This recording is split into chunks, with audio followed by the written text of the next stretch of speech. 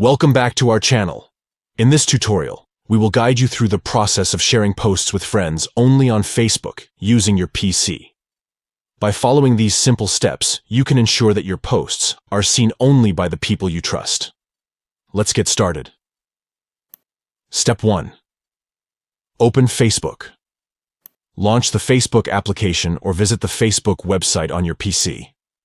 Step 2. Click on your profile photo located at the top right corner of the screen. This will take you to your Facebook profile. Step 3. Now, click on Settings and Privacy below your profile photo. Step 4. From the drop-down menu, select Settings.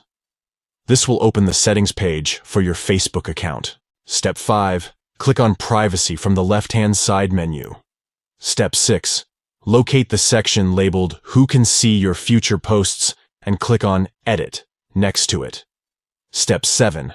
A drop-down menu will appear. Click on it to open the options. Step 8. Finally, select Friends from the available options. This will ensure that your future posts are only visible to your friends. By following these steps, you can have better control over who sees your posts on Facebook.